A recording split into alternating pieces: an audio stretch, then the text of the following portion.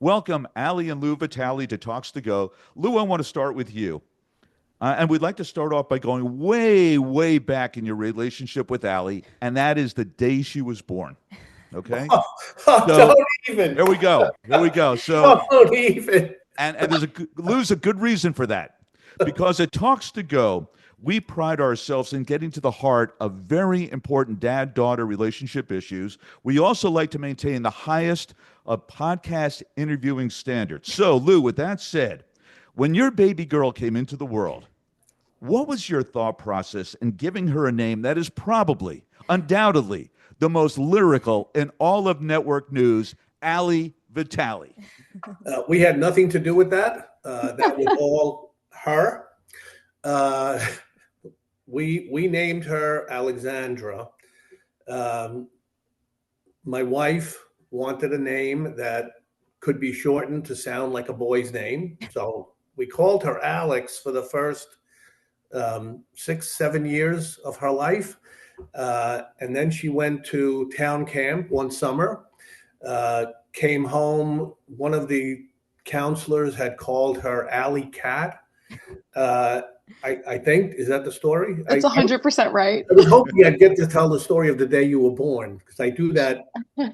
This is like a running joke in our family, is like that we are regularly told the story of the day we were born, but the name Genesis is better. Yeah. The name Genesis, I'll skip to that. So she's maybe 6 or 7 years old, right? Yeah. And she comes home from camp and she says, I want to be called Allie. And I'm like, immediately, Ali Vitali. And I'm like, yeesh, okay. But my father-in-law, my in-laws were living with us at the time. As soon as he adopted the name and started calling her Ali, we all knew we had to follow suit. So that was all her doing, or her counselor's doing, or somebody who wasn't really thinking at the time. Like, can I also say this was the patriarchy's first true mark on my life? And I say that like kind of seriously. There were so many other Alexes in my class growing up. Mm-hmm. And so they forced me to be Alexandra, and I hated Alexandra. And a girl in my class used to call me Xandra in this like really nasally voice. And so it was like adopt or die.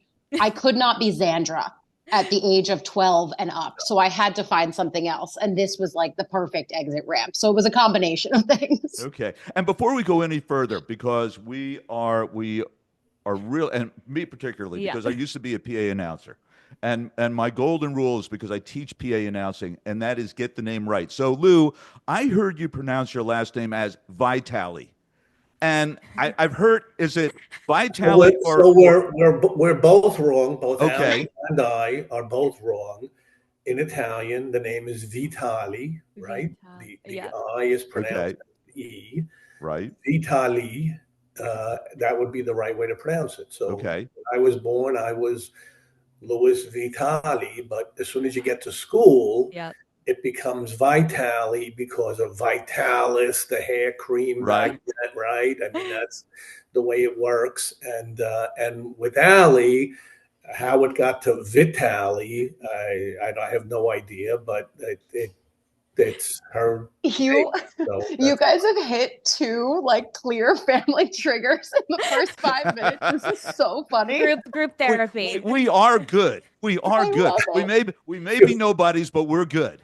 You're very good. I'm going to get a tissue out and now think about my father.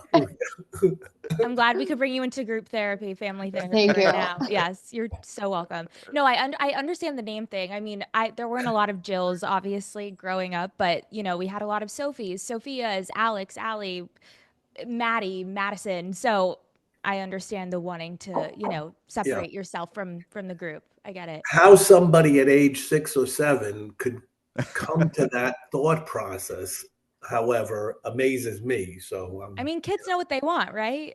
I wanted to not be Xandra. Yeah. Okay.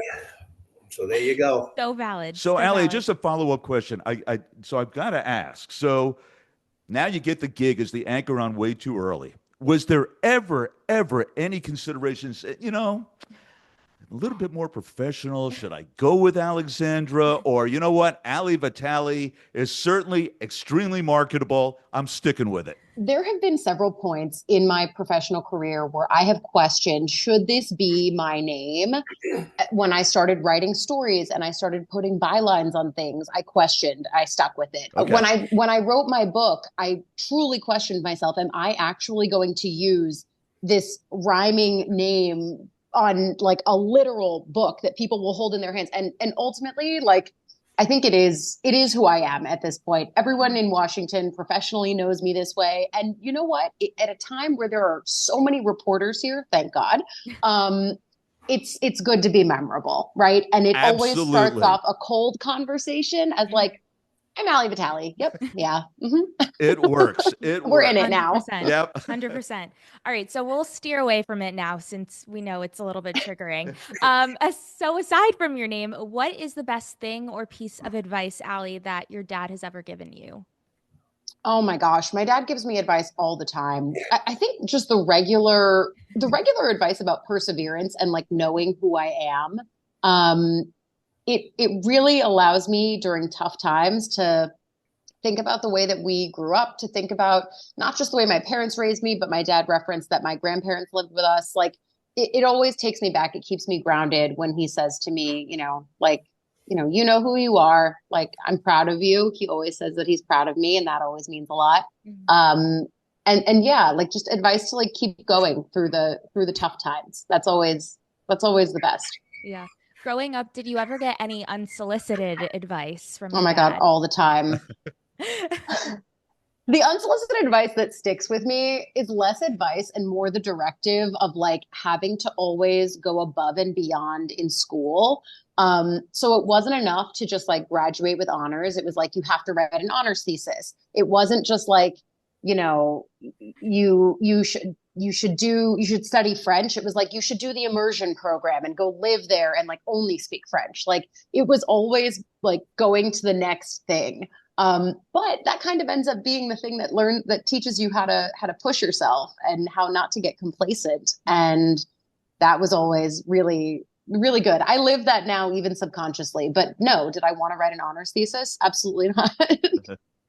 Lou, I see you shaking your head to, both those questions. Do you have a rebuttal or a response to that? My defense is that I am, and Ali can attest to this, so I always knew this was going to happen. I am often the messenger, right? My wife, Ali, is a lot, other than like the fact that Ali and I look exactly alike. My wife is Ali, and Ali is my wife, and it's really just kind of amazing how that works.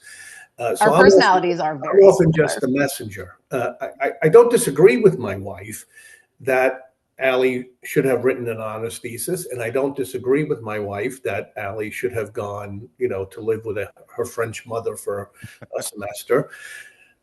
But I'm usually the messenger because my wife is afraid of any kind of wrinkle that could happen in her relationship with Ali. So that's me. As long as we're doing therapy here, okay? He's like the mercenary soldier sometimes. I am. I'm often thrown into it. Look, both my wife and I are advocates of working hard, playing straight, and hopefully reaping the rewards of that. And I think it has played out for my wife and I think it's playing out for my girls at this point. So I'm glad about that. Hey, Ali, besides looking like your dad, name one quality of his that you think you have inherited. First of all, he jokes that I look like him because I look like an exact mirror copy of my mother. But he and my sister look exactly the same too. So this is fine. But okay, for the purposes of this, we look exactly the same. And this is always the validation that he wanted. What else do I have from him? He is extremely incisive. And my dad has this amazing capability, probably from being a lawyer. But like, I also think he's just wired this way to like, have you explain an entire story to him And then he'll be like, okay, so this and this and this happened. And like, he can just distill so many complex things down to something really simple and something really accessible. And I have now found, especially since anchoring my show, that is a skill that I draw upon all the time. And it's not a skill that everybody has. And so I love that I got all of those years of watching him do that. And he was doing it with like complex real estate transactions and whatever else. But like, I picked that up, and I'm so grateful that I did, because again, not a skill that everybody has, but one that serves me so well, especially in my work. Interesting. Lou, what is one thing you know about Allie that you think her fans and admirers would be surprised to find out? Yeah, I thought about this. This was one of the questions I kind of prepped for. Oh, read our minds. And we had no prior conversation. There's the big reveal. Yeah. Okay. Mind reader. So I can only say the fierceness, and this again comes from her mom, of her love, devotion, and loyalty. When she latches on to something or someone or some cause, she is a fierce advocate, a fierce defender, whether it be of someone she loves, a project she is truly engaged in.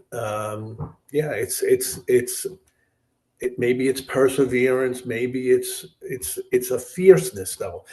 Her mom has it. I'd say because my wife is from Southern Italy, and those people are just, they have cut different. a fierceness about them. A well-earned reputation, but in a positive way. No one could ever wrong Allie or something that Allie is in love with or defending, and that she won't stand up to. That's maybe that's a surprise, maybe it's not, but that's certainly a characteristic that doesn't necessarily come through at 5 a.m. It's a good characteristic to have. Allie, what would you say is the super glue that bonds you and your dad together? Oh, we're a very close family. I mean, the four of us are extremely close. I often feel like I call my parents and my sister the trio, because they're all up in New York together. They spent the pandemic together. I was here in DC. I worked through the whole pandemic because it was still a presidential election year. And so I am often jealous of that dynamic. But the literal glue that binds us together is that we love being able to spend time on family vacations. I love getting to be able to go home. They often come to DC, but also like I am one of those millennial women who anytime I'm walking anywhere, I will pick up the phone and call my mom. But I don't just call my mom, I also call my dad. And so we end up having these really great long conversations when I'm walking to my Pilates class or like walking home from work or whatever. And the thing that's so special is that my dad especially was so like he's the first real entry point that I ever really had to politics. And it wasn't because you were overtly political. It's not like you were like involved in campaigns or anything, but I remember you commuting into the city because we live, about an hour outside of New York.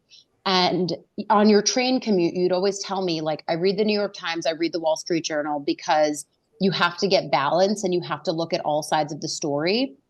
And at the same time, like walking into polling stations with you and hearing how you grappled with who you were voting for president and why. And then, of course, like how that changed once I started covering, at that point, the Trump campaign in 2015. Like, you were always my early touchstone to something that I was then drawn to so much because I thought it was so fascinating. But like, that was always something that we shared that was irreplicable throughout our family. Like, my mom is involved and informed. Sometimes she's telling me about things that have happened. She's amazing. But like, in terms of political debate or just political conversation, it was my dad who was like really the original tether for me to that. And it still is something I think that really bonds us in a unique way. You talk about constantly being, and no surprise, highly communicative with each other. Is there any topic that is out of bounds between the two of you? What would you say that is? I don't know. Money. No, that's not true. We talk about money. Yes, lately. We talk about money. Very topical. We talk about money. This is was a no-fly zone for the two of us. Because when you asked me about advice, this is actually the first thing I thought. Like, my dad harped on me forever about like buying a home, what it means to be a homeowner, and like most millennials, they will not tell, like that's difficult for our generation. And so when I had finally done enough to put myself in that position, I felt like I was finally making good on like the only piece of financial advice that my dad regularly gave to me. And that's like, yes, that was for a little while. Like, I could not engage with the premise of living in one place for a long period of time because I was always traveling. Like, there were so many reasons, but yes, that actually probably is a good no-fly zone. And like, consistency of shopping. Consistency of shopping. I mean, don't we all? We're fashion addicts, the women of the Vitali household. So sometimes it's just best if we hide the shopping bags upstairs when we go and I'm at home, and Sweet Lou doesn't have to see that. You talked about one of your favorite things is going on family vacations. Where's the favorite place that all of you have gone to together? Ooh, what would you say, Dad? So Italy is special for all of us, I think. Mm-hmm. In 2001, the girls were 11 and 8, and it's just a memory I'll have forever. We went back to my dad's hometown and my mom's, and we slept in my father's house for one night. That's all the girls could take. Because to be fair, the clock tower in town there was chiming every 15 minutes, and the house had not had anyone in it for a few years at that point, right? So it felt like a little bit haunted. Yeah. So sue me. No. But Italy has always had a special place in my heart, and my parents, when my dad retired, went back often. He had refurbished his house, and it was something I wanted my girls to see. And after we got back, Nonna passed away, just a couple of weeks later. So that was a great thing. And we're doing it again this summer, right? In a couple of weeks, actually. We have a wedding in Calabria. Nice. The son of a dear friend of ours is getting married. But before that, we're spending a week together in Puglia, in small town on the Adriatic. So we'll have a week together. Then we'll have a couple of days at the wedding, and then Allie goes home, and we continue on with her sister. But the perk is this new schedule means that like waking up on Europe time probably requires no adjustment for my jet lag because I'm already weirdly keeping those hours. Correct. Piece of cake. Yeah. What type of family would you guys say you are on vacation? Are you more laid back, or do you like to adventure out, or is there a debate between family members about what goes on the vacation? Whatever the exact opposite of adventurous is us. I love it.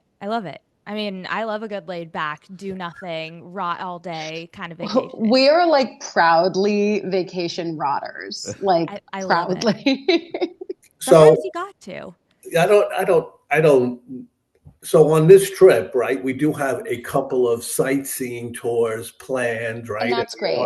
Right. Driving together from Naples over to the Puglia. And we're driving back across southern Italy to Calabria. So that's a little adventurous, right? Basic travel is adventurous. Like that gives you the completely agree. It's a full effort to make your way over to Europe. So I understand. Yes.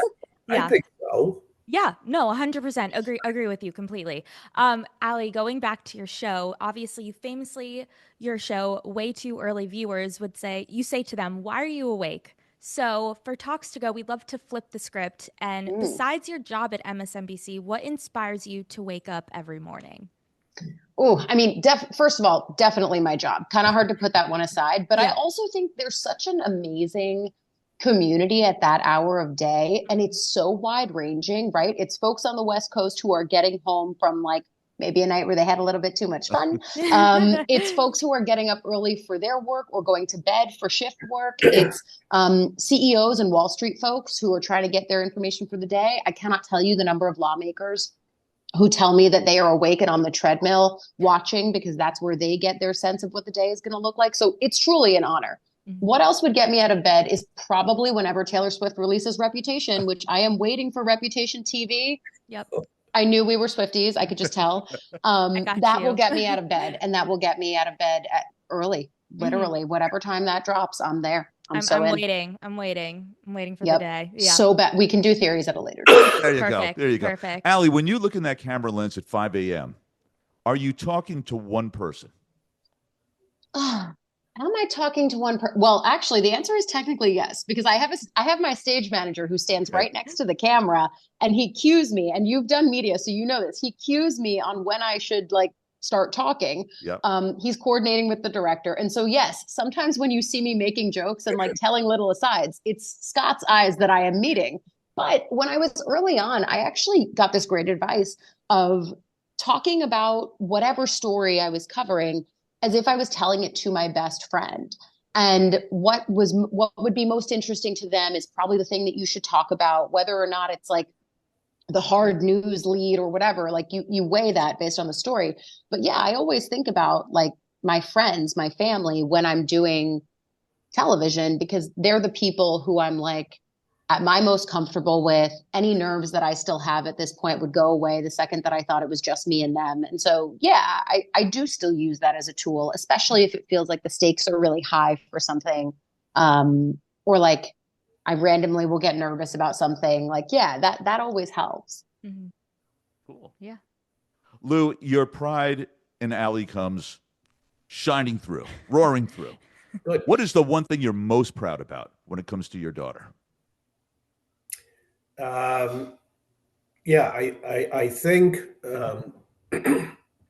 From a professional standpoint, what I've always admired in Ali, and that a lot of other reporters, correspondents, anchors don't have, is perspective. She is always able to compare and contrast, right? What you learn in, kind of 8th grade, 10th grade, compare and contrast.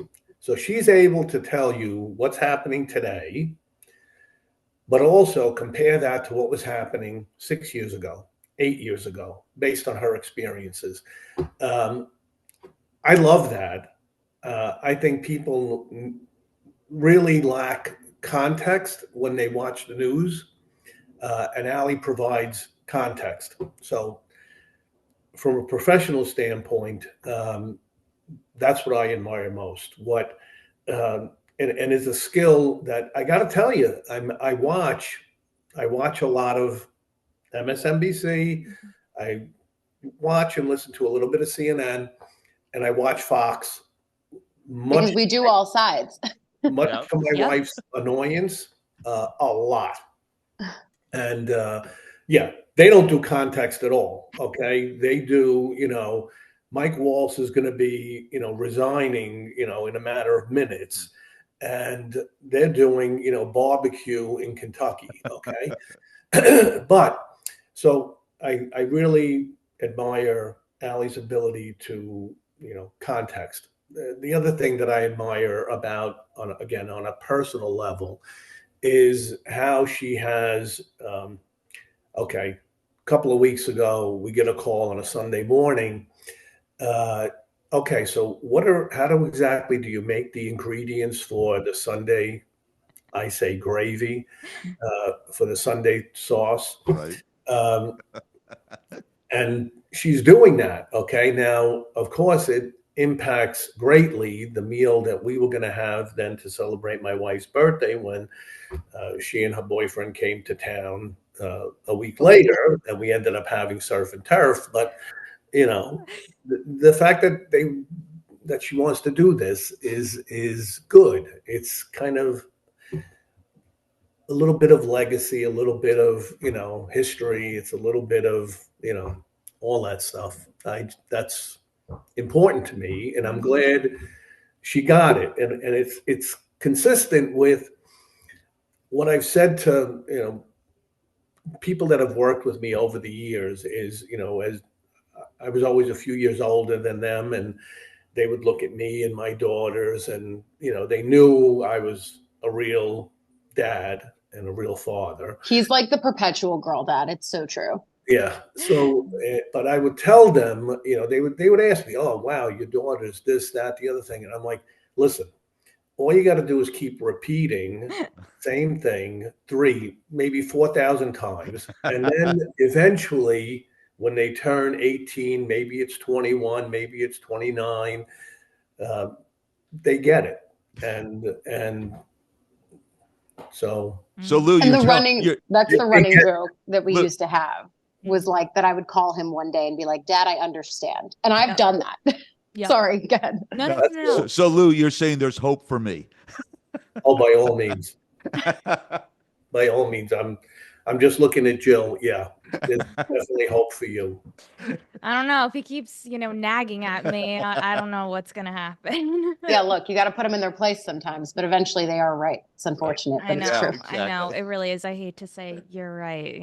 It's my least favorite words.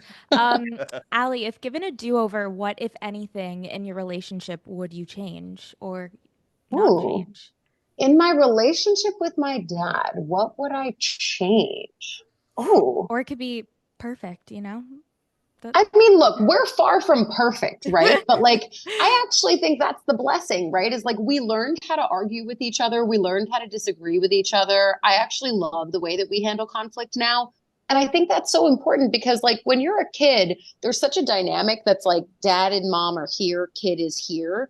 And now I honestly do feel, and I felt this way by the time I was going off to college, I felt like my parents treated me like an adult who I could go to them for advice and guidance, but we were equal in terms of talking about news, in terms of talking about how I felt about whatever thing was happening in my life. And so I love that our relationship of when we don't agree, we are able to treat each other as equally respected friends. And I love that about my relationship with my parents. So maybe I would change if we had found that sooner. But I think every parent-child relationship evolves into a friendship at its own pace. So I don't think I would change anything. We're far from perfect, but I love that we're not. Or sometimes it evolves into a working relationship. This is great. I actually love that you guys do this podcast. Love Thank it. you. It's funny, and Jill's going to roll her eyes at this, but I'm going to put it out there anyway because you guys haven't heard it. I'm commonly asked, "What's it like to work with your daughter?" I said, "No, you got it all wrong. She's the EP. She's the executive producer. So ask me what it's like to work for my daughter. Then you got it right." Yeah. Correct. Yeah. Exactly. Yep. Yeah. Lou, we started this conversation going all the way back to the day Allie was born, right? But aside from that day, if you could relive one moment or one day or 1 month, whatever it might be, in your relationship with Allie, what would it be? So, despite my outwardly calm demeanor, I have been known to lose my temper. I would change that. I would definitely. I've gotten better, believe it or not, Al. Yeah. Over the years, but no. So when you're in the legal business and the real estate business, you also curse a lot. My daughters have learned both very, very well how to curse like effing sailors. And And so I would change that. I'm not a. I remember spanking Allie once. Yeah, that was a thing. One. But we were like, think about it. Like our generation was so different. I know every single friend of mine got in the Italian families the wooden spoon. Yeah. That was a thing. That was like if you were or like mouth washed out with soap. Yep. Ooh. That was real. Who did that to you, Grandma? Grandma, 100%. Wow. Grandma, wooden spoon and mouth washed out with soap. But you know what? Builds character. There you go. Period. Yeah, my mother. Let me tell you the enormous benefit, absolutely invaluable experience of growing up with my in-laws, with their grandparents in the house. I mean, I can't even imagine. I grew up, my grandmother lived across the street from the grammar school, so I was there every day for lunch, after school until my mom picked me up. So we always had a great relationship with especially my mom's parents, and to have my mother-in-law and father-in-law as the constant. My wife and I both worked. The constant day-to-day dinner every night on the table at 6:15, 6:30, right? I mean, and teaching these girls the lessons moment by moment that they needed to learn. I mean, I can't even express, what a wonderful experience that was for me, having them there, despite what Grandma called me on occasion. I found out after she passed and after I delivered a beautiful eulogy, but she's a sassy lady. A lot of grandmas are. They are the best. Yeah. The best. Yeah. Yeah. All right, Allie, complete this sentence. I can always count on my dad to blank. I can always count on my dad to keep me humble and to give me objective feedback. And sometimes that means like my mom is always automatically on my side and I love her for that, but also that is so not helpful. And so if there's something happening, I can call my dad and I can be like, okay, these are the parameters, or, hey, can you watch this segment and tell me if I did okay? Like, and he will be honest with like, you kind of messed up your words. Like, or actually, no, you did great. Like is something happening that you didn't? Or like, you're the one who's wrong in this scenario, or you're right, and here's how you should handle it. Like he is so much more objective in his advice. So yeah, that's how I'd finish that sentence. Cool. Guys, we have now come to the segment. If you haven't had enough fun already, this is great. Okay, we've now come to the segment in the podcast we call Rapid Fire Roundup. So here's the way it works. Okay. We're going to give you an alternating fashion, either a very short question or a choice. We want your spontaneous response. Don't give it a lot of thought, right off the top of your head. So, Allie, my first question is for you. Your favorite beverage on your day off? Oh, Diet Coke. I drink it all the time, not even on my day off. Perfect. Okay. Lou, the one movie you've seen so many times you can probably recite the dialogue. The Godfather. Good one. Yeah. Allie, would you rather stroll the halls of Congress or the Rock and Roll Hall of Fame? Congress. I'm such a nerd. Oh my God. Very consistent. We love it. Lou, the one food you despise so much you couldn't be paid enough money to eat it. Oh my God. The tragedy of my life is that I eat everything. A food that I dislike. You can say none. I have yet to be introduced to it. Okay, Perfect. we'll go with love that. it. We'll go with that. Allie, the one thing you wish you were good at that you're currently not? Speaking Italian, I just can't. I've tried. I can understand it. It's the first language my dad spoke as a kid. I would love to try again, but I'm bad at it right now. All right. Okay. Lou, when Hollywood makes the Allie Vitali story, who plays Allie? Wow. So I was always a Natalie Wood fan, okay? And I she's gone, obviously. But Live in the realm of reality, man. So no, I don't know. It's somebody that looks like that. I don't Natalie know. Wood. I love Natalie Wood. Yeah. Let's stay with Natalie Wood. Let's stay. Get a little hologram. Yeah. You know, those are Yeah. those are in fashion Yeah. We now. can do that now. Yeah. Right. We have the technology. There we go. All right, and Allie, who plays your dad? Oh, God. These are hard questions. I feel like just out of respect for Italian culture, we have to say like a De Niro or or a Pesci or something, right? Like just solely for the Italian of it all. I could How see about De Niro. how about Dan Lauria? Do I know who that is? Did you ever see The Wonder Years? Yeah. The gentleman who played the dad. Okay. We're casting this movie. Yeah. I would just love the residuals from it. Yeah. Perfect. What do you think, Lou? Dan Lauria? Is that Dan Lauria work for you? So I don't know. I never watched The Wonder Years. Okay, You so didn't. you guys have got to watch it, and you get back to us. Let us know Okay. if Dan Lauria We're coming works. away from the podcast with homework. Okay, All there you right, go. all right. All right. I'll watch it now because it means more to me what other people, would think of who should play me. But All You right. can do a little IMDb lookup. Yeah. Mm. Okay, Lou, moving on. What is one thing you've never done with Allie that you'd like to do? I would like to play golf with her more frequently. We played together once, maybe twice. Yeah, Alyssa's your golfing partner. And I have left-handed clubs, gathering dust in the garage. Mhm. So For me. Oh, Allie's a southpaw. See, I there's am. something we. There you go. All righty. Learn something But new. only Okay. only for golf and sports. I'm a righty otherwise. Oh, really? It's very Interesting. weird. Yeah. Ambidextrous. my All father right. was the same way. All right, Allie, if you were throwing a private dinner party, which 3 politicians, dead or alive, would you want as guests? I mean, I would do.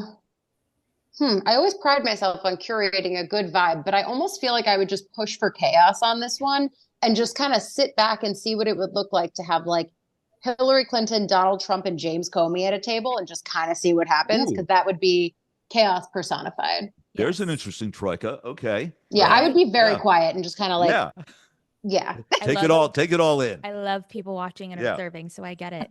All right, Lou, if you were a guest at that party and money was no object, who would you want as the entertainment? Wow. So look, a comedian that I'm so frickin' Italian that we like. I know what you're gonna say. I know where you're going, I think. Is Maniscalco. There you go. That's his One of my favorite. faves. Yeah. One of my faves. Yeah. Yep. Yep. I love him, and because I can relate to so much of what he says, frankly. Mm-hmm. Mm-hmm. Yeah. Okay. We're Italian, if you didn't know. Oh, really? We had no clue. None. Allie, a beignet at Cafe Du Monde in New Orleans or a bagel from H&H in New York? Oh my God. This is like a Sophie's choice for me, because my boyfriend jokes with me all the time that I treat bagels like a major food group. I mean, off the top of my head, beignets. Okay. But like, maybe that's just because I had a bagel this morning. So recency bias is interacting here. All right. Lou, since Allie has to wake up in the middle of the night to go to work, how many alarms do you think she sets to make sure she gets out of bed? Oh, several. Yes, several. Give us a number, Lou. We want a number. All right, 3. Allie, does he have it right? One. Wow. One. I have this thing down to a science right now. The Mel Robbins 5432. Okay. I actually, though. Now, Allie, this last one's for me, and I think based on a previous response, I think I might know the answer, but I'm going to ask it anyway. So here we go. Believe it or not, I've written a theme song for Way Too Early, and it's called Rise and Shine. Okay, now you are not only the anchor, but you're the executive producer. What recording artist do you choose to record the song? My actual executive producer would die. I mean, if you're going to call it Rise and Shine, you kind of need Kylie Jenner to perform it. He doesn't know that reference. I was Rise thinking and Shine. Already, see, Kylie Jenner. I was thinking Kylie Jenner. I was like, wait, do you know that? Like, Not I at need all. Kylie, or maybe I need Kim to do her best Kylie. Like, I would need it to be something in the reality TV zeitgeist, though, because I do way too much reality television. Oh, Tim is in Timothy Chalamet? Tim? No, Kim. Oh, Kim. Kim. But Oh, you know I thought what? you said Tim. Kylie is dating Chalamet, so maybe he Yeah. should do like his best version of that as Dylan. I As don't know. Dylan, We're there you coming up go. with something right now. Yeah. There we go. I loved him in that movie. He was I great. loved him in that too. He was amazing. Yeah, we loved amazing. it too. Yeah. And Yeah. I've subjected my dad to a fair amount of Kardashians over the All right. years. Okay. Same. We are almost to the finish line. We've now come to another segment we call cross-examination. So we're going to take This is good. He's a lawyer. Okay, we're going to take the two of you off the hot seat. And the reason why we call it cross-examination is, Lou, you get to ask a question of Jill, Allie one of me, and you guys get to choose who goes first. Do you want to go first, or do you want? Okay, I'll go first. I actually just out of sheer curiosity, what made you guys want to do this podcast together? What got you into this space?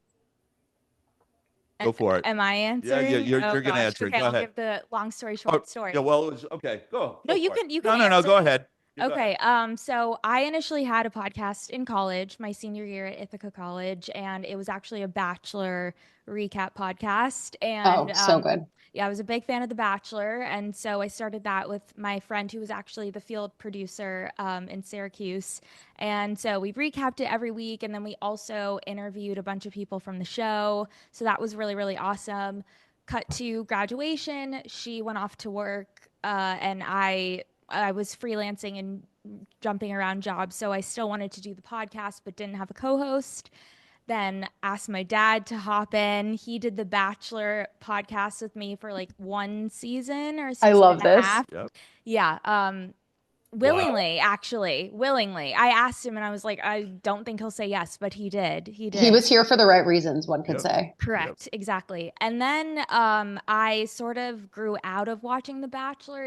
It didn't feel the same anymore. So we wanted to rebrand and start anew. And that's when we decided to do something a little more father-daughter focused. We still talk about sports, pop culture, like our top interests. So we still do that. But then we also get to interview people like you. And that's like the most rewarding part of what we do. So I love that. Yeah. And it all came from The Bachelor. So do I get to ask George, or do I get to ask Jill? Either one. Well, we'll make this a free for all. twofer, Go a for it. twofer. Whatever you want. Whatever you want. Either way, Lou. since I've absolutely bared my soul on this, and I did have a little tear at one point.